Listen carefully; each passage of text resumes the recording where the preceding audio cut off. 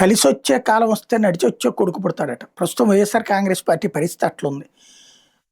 వాస్తవానికి వైసీపీని బద్నాం చేయడం, వాళ్ళని రాక్షసుల్లో చూపించడం, వాళ్ళ పేరు తలుచుకున్న గగుర్పాటు వచ్చేటట్టు, వాళ్ళు కనబడితే విపరీతమైన వ్యతిరేకత వచ్చేటట్టు చేయడం కోసం ప్రింట్, ఎలక్ట్రానిక్, డిజిటల్ మీడియాల ద్వారా విపరీతమైనటువంటి ఎత్తుగడ ఎప్పటినుంచో నడుస్తోంది.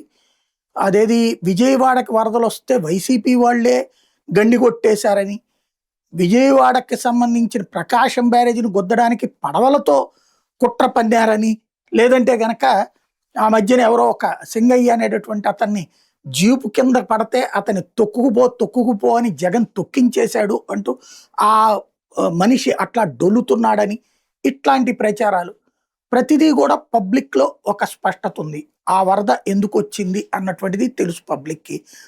అలాగే రెండవదొచ్చేటప్పటికి పడవలతో ప్రకాశం బ్యారేజీని గుద్దడం అసాధ్యమని తెలుసు. అదే సందర్భంలో ఆ సింగయ్యది పచ్చి అబద్ధమని తేలింది.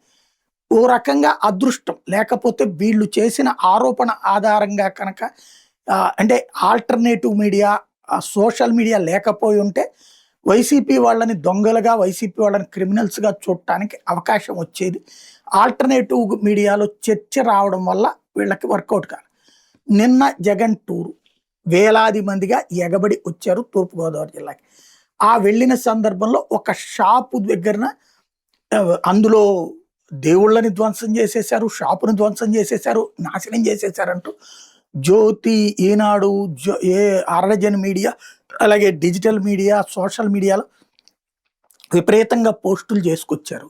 ఆమె ఎవరో కర్ర పుచ్చుకునే లెగవండి అని చెప్తున్నటువంటిది అది.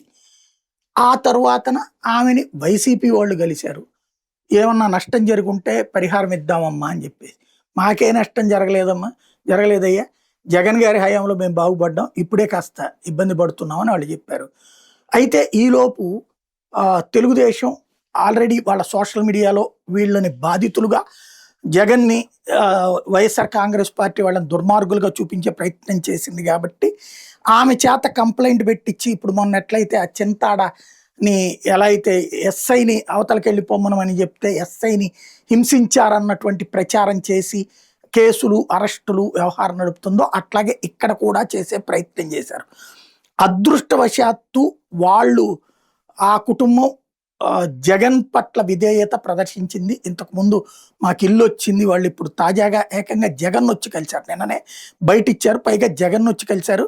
టీడీపీ నేతలు మా మీద ఒత్తిడి చేస్తున్నారు. మా షాపులో ఏదో జరిగిందంటూ బెదిరించారు. తర్వాత ఎంఆర్ఓ దగ్గరికి రమ్మని ఎంఆర్ఓ గారు వచ్చారు. కలెక్టర్ దగ్గరికి రమ్మన్నారని చెప్పారు. కారు పంపిస్తామని అందులో రావాలని కూడా చెప్పారు. మాకు భయమేసింది. జగన్ హయాంలో మాకు ఇంటి స్థలాలు వచ్చినాయి. ఆయన హయాంలో మాకు చాలా మేలు జరిగింది. అందుకని ఈరోజు జగన్ కలిసాము, ఆనందంగా ఉందని చెప్పుకొచ్చారు. జగన్ దగ్గరకు వచ్చి ఏం జరిగిందో చెప్పుకొచ్చారు. ఇప్పుడు దీనివల్ల మళ్ళీ ఈలోపు చంద్రబాబు గారు క్యాబినెట్ మీటింగ్‌లో అసలు వాళ్ళు ఎంత దుర్మార్గంగా ప్రవర్తిస్తున్నారని చెప్తున్నారు. ఒకళ్ళ మీదన విష ప్రచారాన్ని పదే పదే చేయడం ద్వారా ప్రజలు నమ్మేస్తారు. అంటే అదృష్టవశాత్తు వాళ్ళకి దేవుడి దయ వల్ల ఇలా జరిగింది. లేకపోతే మొన్న ఎస్ఐ గారు ఏం మాట్లాడలేదు. కానీ ఆ ఎస్ఐ గారికి అన్యాయం జరిగిందని వీళ్ళందరూ అర్డజన్ మీడియా కూడా బాగా రచ్చరచ్చ చేసుకొచ్చారు. ఆమె చేతనే కంప్లెయింట్ పెట్టించారు. డిపార్ట్మెంట్‌లో ఉంది కాబట్టి తప్పట్లేదు. ఇది అంటే తప్పుడు కేసులు, తప్పుడు ప్రచారాలు, తప్పుడు వ్యవహారాలు. ఇప్పుడు చంద్రబాబు గారు ఉన్నప్పుడు, లేకపోతే పవన్ కళ్యాణ్ గారు వెళ్ళినప్పుడు ఇవి తీసేసి వెళ్తే ఉత్సాహంతో ఉరకలు వేశారు, పరుగులు పెట్టారు అని చెప్పి రాస్తారు. జగన్ దగ్గరకొస్తే దుర్మార్గం చేశారని రాస్తారు. ఎన్ని రోజులు ఇలాగ ప్రజల్ని నమ్మించే ప్రయత్నం చేస్తారంటే, ఇప్పటికి మేము చాలా మందిని మార్చగలిగాం జగన్‌ని నమ్మేవాళ్ళని. మిగతా వాళ్ళని కూడా మేము చెడగొట్టగలం అన్నటువంటి ధైర్యం వీళ్ళది.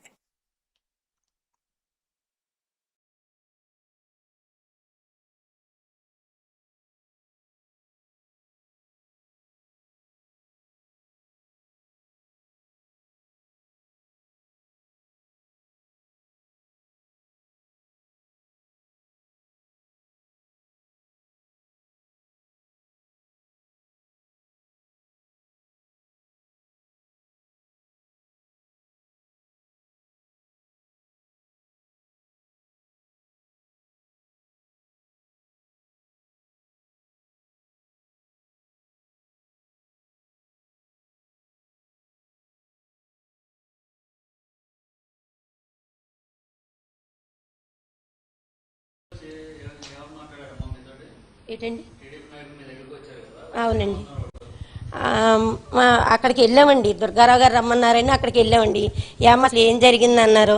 ఇలా పోనీ మరి అమ్మ మీరు ఇక్కడ ఎలా జరిగితే మీరు ఇక్కడ చెప్పుకుందాం, మరి జగన్ గారు దేవుడని అదని ఇదని ఎందుకు అంటున్నారన్న. ఆయన వల్ల మేము లాభం పొందాం కాబట్టి జగన్ గారి గురించి ఇలా చెప్తున్నాం. ఏం మాట్లాడాలని నాకు తెలియదు. మేము ఆయన అందరిని బాగుపడ్డాం కాబట్టి మాకు మంచి జరిగిందని చెప్పామండి అని. మరి ఎమ్మెల్యే గారు వస్తానన్నారు, మీకు అన్ని చూసి ఇస్తానన్నారు కదా అన్నారు. మాకు ఎవరై మాకు వద్దండి, మాకు అవసరం లేదు, మా ఏం పోలేదని చెప్పానండి. పొద్దున్నే వచ్చి ఎంఆర్ఓ గారు వచ్చారండి. కలెక్టర్ గారు తీసుకురమ్మన్నారు, మిమ్మల్ని అక్కడికి రండి, కారు పంపిస్తానన్నారు, 8 రెడీ అయ్యి రండి, మీ ఆయన గారు మీరేనన్నారు. నేనేం మాట్లాడలేదు. దుర్గారావు గారి దగ్గరికి వచ్చి ఇలాగని చెప్పాను. అదే అంటే